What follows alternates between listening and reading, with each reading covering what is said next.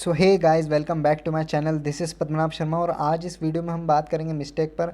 Already question, undue influence, misrepresentation, fraud, इन सब पर ऑलरेडी वीडियो बना चुका हूँ। अगर वीडियो आप नहीं देखे हो तो लिंक डिस्क्रिप्शन में ऊपर आई बटन पर होगी, आप जाके देख लीजिएगा। तो चलिए बिना किसी देरी से हम वीडियो को स्टार्ट करते हैं। देखिए, मिस्टेक जो है वो सेक्शन 20, 21 और 22 तीनों धारा मिस्टेक से डील करती है। मिस्टेक जो है वो दो प्रकार की है, मिस्टेक ऑफ फैक्ट और mistake of law.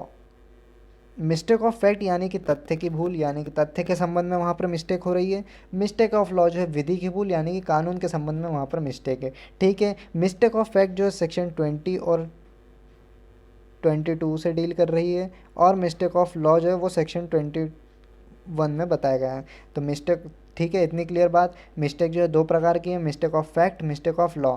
Mistake of fact जो है सेक्शन 20 और 22 में बताई गई है। मिस्टेक ऑफ लॉ जो है सेक्शन 21 में बताई गई है। चलिए को अब देखते हैं हम इसको एक एक करके। सेक्शन 2 पढ़ेंगे अब, है ना। तो एग्रीमेंट वॉइड यानी कि करार कैसा होगा, शून्य होगा। वेयर, जहाँ की both parties are under mistake as a matter of fact, जहाँ दोनों पक्षकार भूल में है, अंडर मिस्टेक में है, किसी विषय वस्तु के संबंध में। मैटर ऑफ फैक्ट क्या होता है, यानी कि जो भी करार या संविदा है वो किसी विषय वस्तु के संबंध में अगर वहाँ पर मिस्टेक पर है, अंडर मिस्टेक है दोनों पक्षकार, तो वहाँ पर एग्रीमेंट वॉइड है। करार कैसा होगा, शून्य होगा।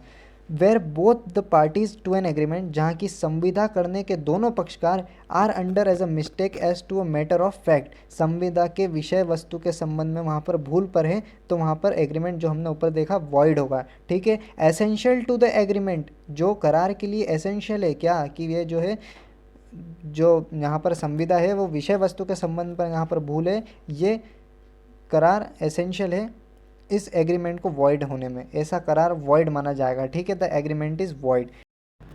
फॉर एग्जाम्पल, एक एग्जाम्पल से समझते हैं इसको।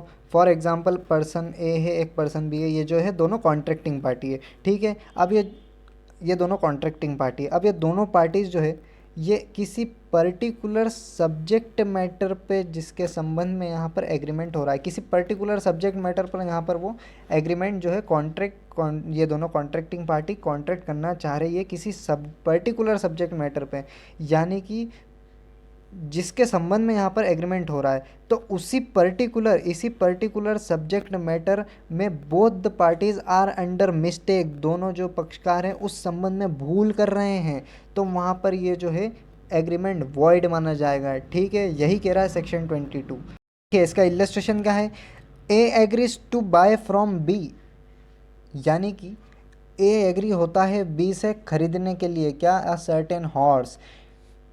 It turns out that the horse was dead at the time of the bargain, और जब वो करार कर रहे थे, जब ये जो कर रहे थे at the time of agreement, वो जो हॉर्स है वो मर जाता है, मरा हुआ होता है। ठीक है, दे दो neither party was aware of the fact then the agreement is void, यानी कि जो दोनों पक्षकार है इस बात से अवेयर नहीं थे। ठीक है, तो वहाँ पर जो है ये एग्रीमेंट वॉइड माना जाएगा।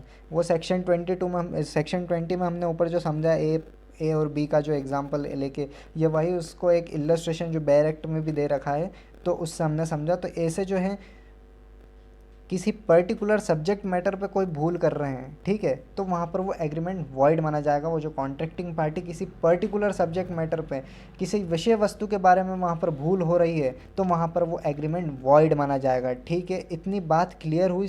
22 का कह रहा है, अब हम ये देखते हैं। ये भी मिस्टेक ऑफ फैक्ट पे है। ठीक है, मैंने ऑलरेडी बताया आपको मिस्टेक जो है दो प्रकार की, mistake of fact, mistake of law. Mistake of fact जो है वो सेक्शन 20 और 22 में बताया गया है, और मिस्टेक ऑफ लॉ जो है वो 21 में।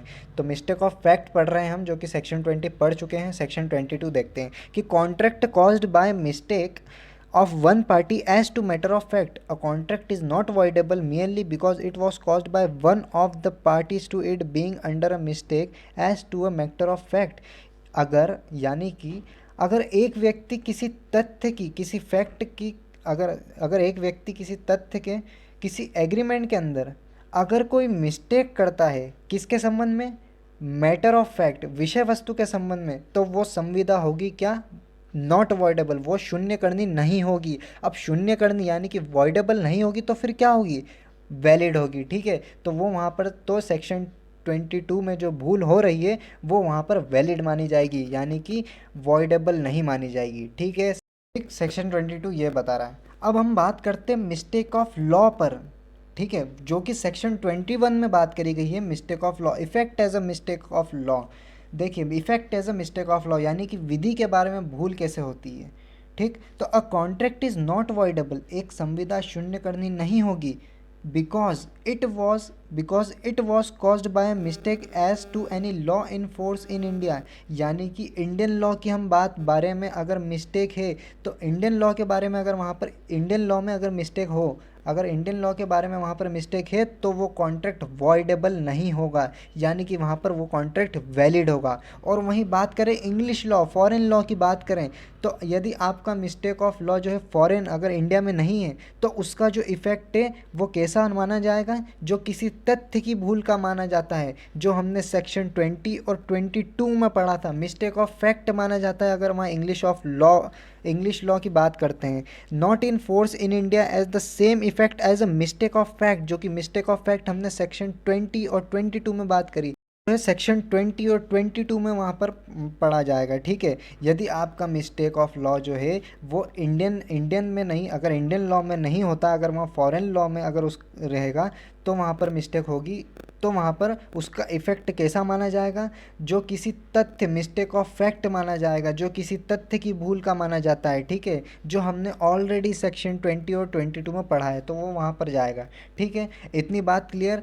यही था हमारी इस वीडियो में मिस्टेक ऑफ लॉ क्या होता है। ठीक है, मिस्टेक ऑफ लॉ जो है इंडियन लॉ और इंग्लिश लॉ की बात करता है। मिस्टेक ऑफ लॉ में हमारा जो कॉन्ट्रैक्ट होता है वो वैलिड होगा, यानी कि नॉट वॉइडेबल होगा, यानी कि शून्य करनी नहीं माना जाएगा।